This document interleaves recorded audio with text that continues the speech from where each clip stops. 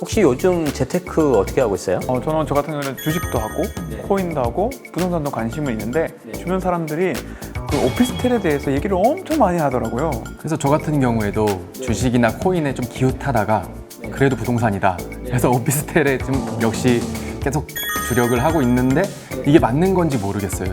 네, 사실 오피스텔은 상대적인 가격, 평당가로 보면 사실 비싸긴 해요. 요즘에 나오는 것들이. 그런데 이제 절대적인 가격이 아무래도 아파트보다는 좀 낮아 보이니까 좀 만만하게 좀 느낄 수 있고, 아파트가 너무 많이 올라버렸잖아요.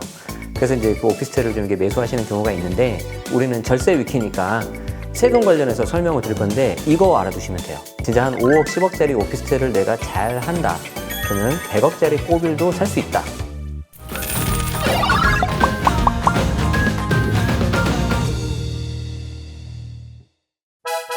안녕하세요. 절세위키 제네시스입니다. 오늘은 오피스텔 세금에 대해서 하나씩 살펴볼 건데, 취득세, 보유세, 양도세가 여러분들이 알고 계시는 것과 비슷한 것도 있고 완전히 다른 것도 있습니다. 그래서 오늘 주의해서 잘 보시면, 끝까지 시청해 주시면 큰 도움 되겠습니다. 그러면 요즘 핫한 오피스텔 네. 바로 사면 되는 건가요? 일단 사는 것보다도 세금을 좀 알고 사야 돼요. 자, 여기 보시면 그림이 있는데, 이 오피스텔은요 주거용으로도 쓸 수도 있고 업무용으로 쓸 수도 있어요. 이에 따라서 과세 체계가 완전히 달라져요. 약간 좀 카멜레온 같은 그런 건데, 주거용으로 쓰면 일단 큰 틀에서는 주택수에 포함된다고 보시면 돼요. 근데 여기서 또 세부적으로 나뉘어요. 이게 우리를 너무 힘들게 하는 거예요. 자, 그리고 이거를 업무용으로 쓰면은 주택수에서 빠지긴 빠지는데, 우리가 지금까지 좀 다루지 않았던, 예를 들어서 뭐 부가가치세라든가 전혀 좀 생각지 못했던 이런 것들이 나옵니다. 그래서 오피스텔은 카멜레온 같은 녀석이다. 양쪽을 다 알아야 된다. 자, 취득세부터 볼게요. 자, 보시면 혹시 오피스텔 분양 사무실 가본 적 있어요? 네, 저는 가본 적 있습니다. 혹시 분양 사무소에서 처음에 이 오피스텔 분양권을 사면 뭐 이렇게 돈이 줄어든다 이런 얘기 안 들어봤어요? 뭐 환급을 받을 수 있다? 그렇죠. 이런 안내를 받았던 것 같아요. 맞아요. 이게 오피스텔이 특이하게 아까 업무용으로 쓴다 그랬잖아요. 부가시세 환급이라는 게 있어요. 제가 그거랑 취득세를 좀 같이 말씀드릴게요. 오피스텔은 원래 용도, 공부상 용도가 업무용이에요. 원래는 주거용이 아니에요. 그래서 이제 가끔 이걸 이제 실거주에 맞게 쓰니까 이제 주거용으로 보는 건데, 업무용이기 때문에 이거를 내가 사업자를 내고 사야 돼요. 사업자에는 개인 명의 사업자가 있고 법인 명의 사업자가 있습니다. 보통은 개인 사업자를 내겠죠. 개인 사업자를 내면 그때 취득세는 그냥 4.6%가 나와요. 보통 취득세가 1에서 3%죠. 그에 비해서 4.6% 좀 많잖아요. 높네요. 그런데 주택 취득세가 잘못하면 12% 올라가 버리잖아요. 그렇기 때문에 이게 상대적으로 싸 보인다는 거예요. 그래서 오피스텔 인기가 많은 것 중에 하나다. 자, 개인 사업자는 취득세 별 이슈가 없는데 법인 사업자로 하시는 분이 있어요. 이때도 취득세는 그냥 4.6%라고 보시면 되는데, 아주 예외적으로 이 법인의 본점이 과밀업체권 안에 있고, 이제 과밀업체권 하니까 좀 어려운데 그냥 소위 말해서 수도권 많이 몰려있는 지역이라고 생각하면 돼요. 수도권 다는 아니고 일부 지역은 빠지는데, 자, 본점이 예를 들어서 서울에 있어요. 과밀업체권 안은 서울에 있고 서울에 있는 오피스텔을 또 사버려요. 그러면 본점 소재지도 서울, 내가 살려고 하는 물건도 서울이잖아요. 과밀업체권. 그러면은 이 경우에는 취득세를 좀 중과를 해버려요. 왜 그러냐면은, 그렇지 않아도 여기 좀 많이 복잡하니까 다른 데서 좀 사업을 해, 좀 밖에서 해라는 거예요. 덜 복잡한 대로 이동해요. 그렇죠. 그래서 그런 경우는 취득세가 중과가 들어가면 9.4%가 적용되거든요. 똑같아요. 내가 10억짜리 오피스텔을 살 때 9.4%를 맞을 수가 있고요. 나중에 꼬마 빌딩 100억짜리 사도 이렇게 나올 수 있어요. 그래서 이제 본점을 아예 과밀업체권 밖으로 빼거나, 아니면 과밀업체권 안에 있더라도 5년 이상 운영했다. 그러면 취득세 중과를 안 해줘요. 그건 좀 지역적인 거니까 대부분은 여러분들이 아마 개인 사업자로 사실 거예요. 개인 사업자로 산다면은 취득세 이슈는 없을 것 같다. 자, 그런데 나는 분명히 부동산에 가서 오피스텔이 5억이라고 했는데 계약서를 썼는데 계약서에 보니까 5억이 아니라 5억 3천이라는 거예요. 황당하죠. 여기서부터 이제 VAT, 부가치세 이슈가 나오는데, 이런 오피스텔 상가 같은 경우에는 반드시 내가 살 때 부가가치세가 포함이 되느냐 안 되느냐를 반드시 따져야 돼요. 5억을 두 개로 나눠요. 건물하고 토지로. 5억 중에 3억이 건물분이고 2억이 토지분이라고 해봅시다. 부가가치세라는 거는 내가 이제 말 그대로 뭐 물건을 팔 때 부가적으로 일으키는 가치에 대해서 세금을 내는 건데, 토지는 면세예요. 토지라는 거 만들 수가 없잖아요. 그리고 이제 건물에 대해서는 부가시세가 붙는데 이게 이제 10%가 붙어서 3억 3천이라고 해볼게요. 그러면 나는 원래 5억인 줄 알았는데 이걸 세부적으로 보고 VAT를 부가치세를 포함시켜 보니까 더하면은 5억 3천이 나오는 거죠. 계약서 쓸 때는 5억 3천으로 써야 되는 거예요. 뭔가 손해 보는 거 같죠. 네. 자, 그런데 이 3천만 원 부가시세를 환급을 해줘요. 다시 돌려받아요. 네네네. 왜 그러냐면 우리 아까 오피스텔 살 때 보통 사업자로 산다 그랬잖아요. 네. 자, 분양 사무소에 가면 분명히 이런 말 할 거예요. 자, 이 오피스텔 계약금 10%만 있으면 됩니다. 5천만 원만 내면 돼요. 그런데 이 중에 또 얼마 또 환급도 받아요. 3천만 원 받으면 2천만 원밖에 안 들어가요. 그 2천만 원 가지고 막 수익률을 계산해요. 그래서 이렇게 수익률이 좋은데 왜 안 하시냐고. 뭐 해야 될 것 같아. 근데 그게 맞는 경우도 있고 틀린 경우도 있어요. 내가 사업자를 해가지고 부가시세 환급을 받잖아요. 이 말은 내가 사업용으로 계속 써야 된다는 거예요. 그러면 실제 건물이 완공되고 나서 세를 놓을 거잖아요. 내가 실제 사용하는 경우도 간혹 있겠지만 네. 세를 놓으려고 하면은 사무실 임차용으로 놔야 되잖아요. 그럼 거기에 대해서 월세 내고 또 월세에서 부가가치세 받고. 근데 보통 그렇게 해요, 안 해요? 보통 그렇게 잘 안 하죠. 안 하죠. 네. 주거용으로 전세를 놓고 내 투자금은 줄이려고 하잖아요. 근데 국가에서는 부가가치세 환급을 해줬잖아요. 이걸 왜 해줬냐면 너가 사업자로 쓰니까 나중에 사업자를 임차인으로 해가지고 부가가치세 신고 잘 할 거잖아. 그러니까 나는 너를 믿을게. 그러니까 부가가치세 내가 환급해줄게. 그러니까 나중에 과세 사업에 또 써 이런 거예요. 그래서 일반 사무실에 주면은 과세 사업에 쓰니까 부가가치세를 내가 걷어서 정부에 세금을 걷어주는 거거든요. 임대인이. 근데 주거용 주택이잖아요. 얘는 면세예요. 자, 그러면 정부는 어떻게 생각하겠어요? 아니, 너 사업자로 쓰니까 내가 부가세에서 3천만 원이나 환급을 해줬는데 너 보니까 주거용으로 면세로 했더라? 우리 입장에서 약속을 지켰어요, 안 지켰어요? 안 지켰잖아요. 네. 내가 업무용으로 써야 되는데 업무용으로 안 쓴 거잖아요. 네. 자, 그럼 뭔가 좀 찜찜하지 않아요? 그 돈을 3천만 원 계속 가지고 있어야 될까, 안 갖고 있어야 될까? 돌려줘야 될 뭔가 돌려줘야 될 것 같죠. 내가 세금은 모르는데 뭔가 느낌이 찜찜하잖아요. 그러면 그 느낌은 항상 맞아요. 항상 슬픈 예감은 맞아요. 그런 설명을 듣지 않았지만 뭔가 돌려줘야 될 것. 그렇죠. 그게 정상적인 사람의 생각이에요. 그래서 3천만 원 돌려줘야 돼요. 네, 좀 디테일하게 더 들어가면 내가 주거용으로 쓰면서 동시에 이제 그 용도를 바꿔버리면은 3천만 원 곧바로 돌려주면 가산세를 물지 않아요. 자, 그런데 그 기간을 내가 만약에 놓치고 한 1년, 2년 지났다가 나중에 세무서에 발각이 됐다. 그러면 3천만 원 돌려주면서 그때는 가산세 내야 돼요. 그렇기 때문에 안 걸리겠지라고 생각하지 마시고 뭔가 좀 찜찜하면 곧바로 돌려줘야 되는 거고. 그러면 그 순간에 제가 주거용으로 쓸지 업무용으로 쓸지를 바로 결정을 해야 되는 거예요? 취득하자마자? 되게 좋은 질문을 했는데, 자, 오피스텔은 제가 태생이 뭐라 그랬어요? 업무용이라고 그랬잖아요. 그래서 국가는 여러분을 믿습니다. 여러분을 믿어요. 업무용으로 쓰겠지. 지금 말씀하시는 게 분양권 상태에서는 네. 무조건 업무용으로 일단 그냥 해석을 한다. 정확하게는 업무용으로 쓸지 주거로 쓸지 모르잖아요. 모르니까 그렇기 때문에 공부상 용도인 업무용으로 쓴다고 보는 거예요. 그래서 내가 실제 준공이 되는데 주공으로 쓰면 그에 맞게 적절하게 내가 신고해야 되는 거죠. 환급 받은 거 돌려내야 되는 거예요. 그렇게 하면 가산세 문제는 없다. 자, 그러면 취득세는 특별히 문제가 없을 것 같아요. 주택 잘못 사면 8% 12%인데 얘는 4.6%니까 4%니까 그나마. 해볼만 하다는 거죠. 주거용으로 놓고 투자금을 적게 해가지고 이제 가지고 있어요. 그럼 가지고 있으면 무슨 세금이 나와요? 보유세? 보유세가 나오죠. 자, 근데 오피스텔의 용도는 뭐라 그랬어요? 업무. 업무용이죠. 네. 자, 그러면 내가 상가를 가지고 있고 주택을 가지고 있어요. 주택을 가지고 있으면 재산세라는 게 나오잖아요. 네. 주택분 재산세가 나와요. 상가를 가지고 있으면 업무용 재산세가 나와요. 새 오피스텔이 돼가지고 준공이 됐다. 얘는 업무용 재산세가 나올까요? 아니면 주택분 재산세가 나올까요? 업무용이 나오겠죠. 왜냐하면 공부상 용도가 업무용이니까. 태생이. 자, 그럼 두 번째 퀴즈. 실제 전입을 해서 주거용으로 쓰고 있다. 이때는 주택분이 나올까요? 업무용이 나올까요? 주택분이 나올 것 같습니다. 내가 신고 안 하면 업무용으로 계속 나와요. 그걸 다 확인할 사실 행정력이 부족하죠. 그렇죠. 네. 그런데 확실하게 주거용으로 나오는 케이스가 하나 있어요. 뭘까요? 해당 오피스텔을 임대주택으로 등록해버리는 거예요. 오피스텔 보유세는 내가 특별히 말을 안 하면 업무용 재산세가 나와버려요. 그럼 이건 상가로 들어가는 거거든요. 종부세 우리 최근에 많이 나왔잖아요. 내가 집이 하나가 있고 오피스텔 하나 더 사요. 그러면 이 오피스텔이 주거용으로 썼다고 해서 곧바로 종부세 과세 대상이 되는 게 아니고 업무용 재산세가 나오면은 종부세에서 빠지고 더 정확하게는 상가 종부세로 가요. 그러면 토지가 한 공시가격 80억 넘어야 되는데 어지간하면 해당이 안 되잖아요. 네. 자, 그런데 내가 임대주택으로 등록을 하거나 아니면은 내가 주거용이라고 굳이 신고를 하시는 분이 있어요. 그 경우에는 주택분 재산세가 나오고 이때는 종부세 대상 들어가 버려요. 자, 그럼 여기서 한번 생각을 해봐요. 1번 주택, A주택이 고가주택이 하나가 있는데 그 고가주택이 종부세가 이제 나올까 말까 막 살짝 이게 불안한 사이예요. 상황이에요. 네. 그런데 만약에 오피스텔을 주거용으로 내가 쓴다고 신고를 해요. 아니면 임대주택으로 등록을 해요. 그럼 종부세 대상 들어가 버리죠. 근데 대부분 다 조정 대상 지역이잖아요. 일단 조정 2주택이기 때문에 종부세 중과세율이 들어가 버려요. 세율이 달라지죠. 세율이 완전 달라져 버려요. 그래서 오피스텔 자체에서 나오는 종부세는 얼마 안 되는데 기존에 갖고 있던 고가주택이 확 올라가 버려요.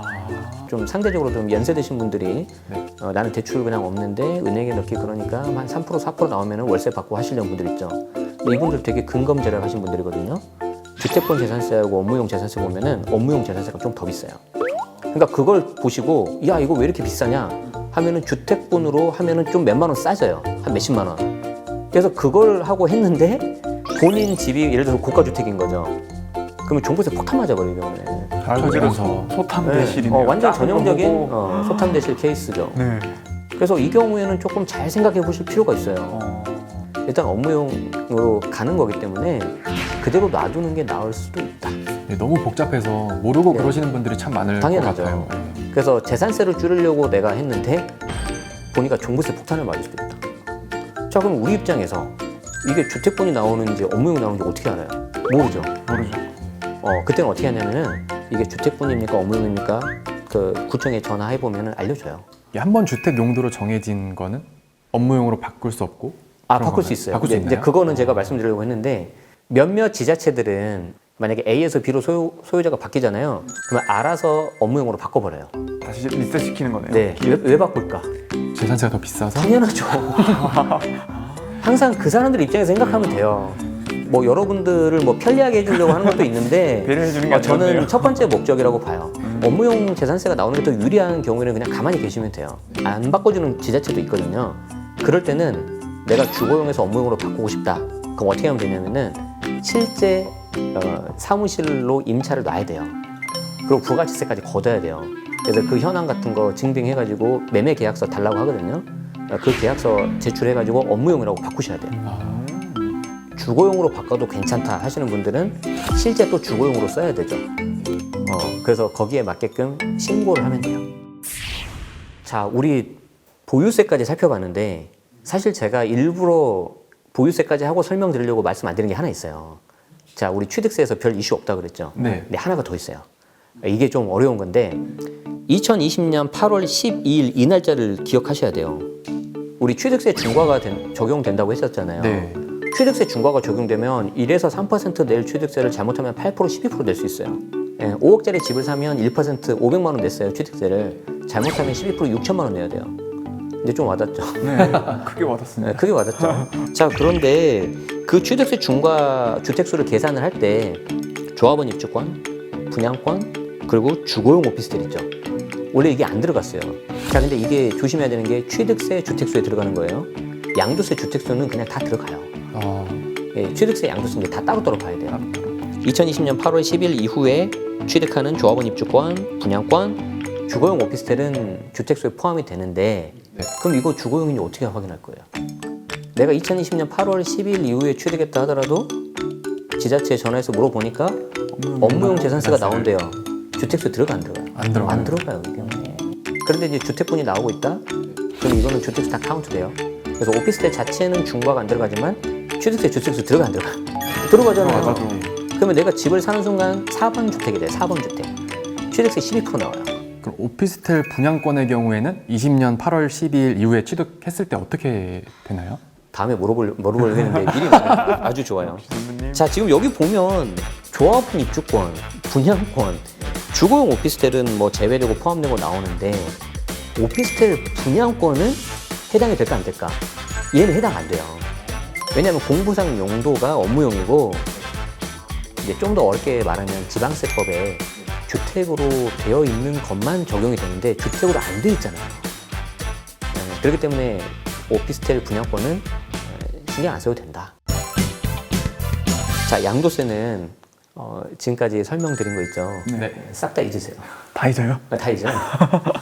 이거를 이제 너무 또 열심히 공부한 나머지 취득세하고 보유세에서 재산세에 따라서 나뉘니까 양도세도 그러겠지 생각할 수 있죠. 그렇죠. 미안하지만 양도세는 완전 달라요. 달라요. 새롭게. 이걸 알려면 네. 뭘 이해하셔야 되냐면 일단 취득세하고 재산세는 지방세예요. 그러니까 지방자치단체에서 관할을 합니다. 양도세는 국세예요. 세예요. 그러니까 관할 세무서 직원분들이 해요. 두 조직의 성격이 같을까요, 틀릴까요? 다를 것 같아요. 다를 것 같죠. 네. 대한민국 정부는 엄청 큰 조직이잖아요. 그래서 지방세법 다르고 국세가 좀 달라요. 앞에 있는 내용 다 필요 없어요. 네. 자, 소득세, 양도세는 어떻게 하느냐? 뭐 공부상 용도 다 필요 없고 주거용으로 썼어? 그럼 주택수 들어가요. 주거용이면 무조건 네. 반영. 주택수 들어가요. 그냥. 주택수. 깔끔해요. 자, 그래서 여기 보시면 오피스텔 양도세 할 때는 만약에 주거용으로 썼다. 그러면 주택수 포함해요. 이때 주택수는 양도세 주택수. 자, 그럼 업무용으로 썼다. 그러면 주택수에 포함되지가 않습니다. 그리고 좋은 게 뭐냐면 그 전에 있던 세입자가 전출을 안 하고 해가지고 전입신고는 돼 있다. 그렇지만 내가 실제 사무용으로 쓰고 있고 부가가치세 걷어서 월세를 받고 있고 입증만 잘하면은 주택수에서 뺄 수 있습니다. 합리적인데요. 이거 우리한테 좋은 거죠. 네. 근데 항상 우리는 좋은 것만 생각해요. 우리한테 나쁠 수 있는 게 뭐가 있어요? 제대로 신고 안 했는데 주거용으로 쓰고 있죠. 이때 주택수 잡힐까 안 잡힐까요? 잡혀요. 여기 A주택 파란색 집이 있어요. 그리고 노란색이 B 오피스텔인데 주거용으로 만약에 쓰고 있어요. 오피스텔에 대해서 제대로 전입신고도 안 돼 있고 정보가 없다고 해요.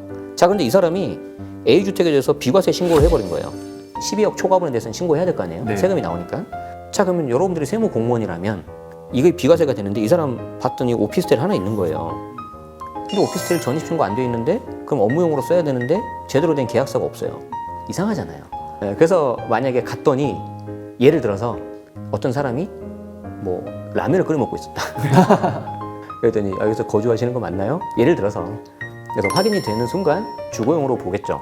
자, 그럼 주택수가 몇 개예요? 양도세 주택수.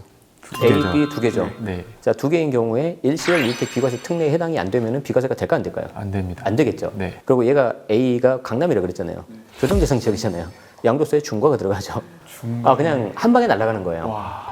자, 그럼 이분이 그럼 내가 오피스텔을 잘못 산 것 같다. 팔아야겠다. 자, 그래서 오피스텔을 팝니다. 오피스텔을 팔아요. 자, 파는 것까지는 좋았어요. 그리고 이제 사정이 있어가지고 이 A주택, 고가주택을 비과세를 받아야 되는 거죠. 자, 비과세 받을 때 어떻게 해야 되죠? 2년 그렇죠. 보유, 2년 뭔지는 모르겠는데 2년 보유 거주해야 되고 해야 돼요. 21년 1월 1일부터는 계산법이 또 달라요. 최종 1주택이 되고 나서 추가로 내가 2년을 더 가지고 있어야 돼요. 자, 그럼 이 사람 어떻게 되는 거죠? 내가 오피스텔을 팔고 2년을 더 있어야지 비과세가 가능하죠. 근데 갑자기 중간에 뭐 급한 일이 생겨. 팔면 돼야 안 돼요? 안 되죠. 비과세 못 받아요. 자, 그러니까 매각을 하는 경우에 추가 2년을 해야 된다. 그러니까 매각 못 하겠다. 사랑하는 자녀한테 증여를 하죠. 자, 정부가 알까요, 모를까요? 알겠죠. 이렇게 빠져나간다는 네. 거를. 그래서 증여해도 추가 2년. 야, 그러면은 원래 용도인 업무용으로 내가 바꾸겠다. 세를. 그래도 추가 2년. 피해 나갈 수가 없네요. 현재 조문상으로는 세대 분리를 하면 그래도 괜찮아요. 세대 분리. 세대 분리. 세대 분리. 세대 분리를 하면 괜찮은데 이제 비과세 판단은 매우 엄격하게 해석하기 때문에 반드시 세무사님 상담을 받고 하셔야 되는데 오피스텔을 이렇게 잘못 사는 순간 내가 원래 갖고 있던 주택 비과세 그냥 날아가 버릴 수가 있는 거예요. 물론 이제 이 파란색 집을 내가 아주 오래 가지고 가고 당분간 한 10년 정도는 팔 계획이 없다 그러시면 괜찮은데. 네네. 아까 뭐 꼬마 빌딩이나 상가 뭐 이런 물건의 세금 계산법과 네네네. 똑같다고 말씀하셨는데 네네네. 어떤 부분에서 그게 네네. 같을까요? 꼬마 빌딩이 더 쉬울 수 있어요. 오피스텔보다요? 왜 그러냐면 오피스텔은 내가 용도를 주거용으로 써버리면 갑자기 주택수 포함돼 버리잖아요. 양도세 주택수에 왔다 갔다 해버리잖아요. 근데 어차피 꼬마 빌딩은 큰 틀에서 그냥 상가잖아요. 상가기 때문에 처음 샀을 때 취득세 4.6%만 내면 돼요. 법인 같은 경우에는 법인 취득세 중과 아까 9.4% 나온 경우 있다고 그랬잖아요. 그것만 좀 조심하면 되고. 자, 보유세는 어떻게 될까요? 주택분 재산세가 나올 일이 있어 없어요? 없죠. 그러면은 상가 재산세가 나오기 때문에 그냥 그거 내면 되고, 종부세 같은 경우에는 그 밑에 깔려있는 토지가 공시가격이 80억이 넘어야 돼요. 나올 수는 있는데 당분간은 걱정 안 해도 된다. 자, 그럼 양도세는 어떻게 되겠어요? 양도세는 주택이 아니라 상가잖아요. 상가기 때문에 양도세 중과라는 게 있어 없어요? 없어요. 없죠. 대신에 뭐도 없어요? 비과세도 없죠. 비과세도 없고. 이제 여러분들 마음은 그거겠죠. 중과도 없고 비과세는 있으면 좋겠어. 그건 제일 좋은 약간 놀고 심보지 제가 봤을 때. 인형 갖고 있었는데 네, 그렇죠. 자, 그래서 오늘의 결론은 오피스텔 사도 되는데 두 가지 좀 이렇게 말씀드리고 싶어요. 첫 번째는 우리 조금 전에 나온 절세 위키에 나온 과세 체계. 이건 다 기본이에요, 기본. 이 정도는 아셔야 되고요. 사실 실무 들어가면 좀 더 많은데 최소한 이 정도는 아셔야 될 것 같다. 두 번째, 좀 투자 가치가 있는 오피스텔을 사시면 좋겠어요. 투자 가치가 있는 네네네. 그런 오피스텔을 사는 사람이 누군지를 한번 생각해 봐야 되는데, 제가 봤을 때는 어떤 사회 초년생, 그리고 특히 사회 초년생보다는 신혼부부, 그리고 조금 더 나간다 그러면은 자녀가 한 명 정도 있는 분들. 자, 그러면 내가 신혼부부인데 상업지역하고 밀집되어 있는 그런 곳에 들어가는 것보다는 약간 주변이 어떤 아파트 대단지랑 비스무리한, 그러니까 딱 들어왔을 때 아파트스러우면 돼. 그리고 내가 여기서 안 되면 내가 실제 살고 싶은 그런 곳, 저라면 그런 곳이 될 것 같아. 주거 상품으로 대체가 될 수 있는 당연하죠. 오피스텔을 그래서 이제 말씀하시는 것 같아요. 예, 그래서 간혹 그런 게 있어요. 뭐 대단지 아파트 들어섰는데 그 중에 몇 개 호실이 오피스텔로 딱 들어오고 있어요.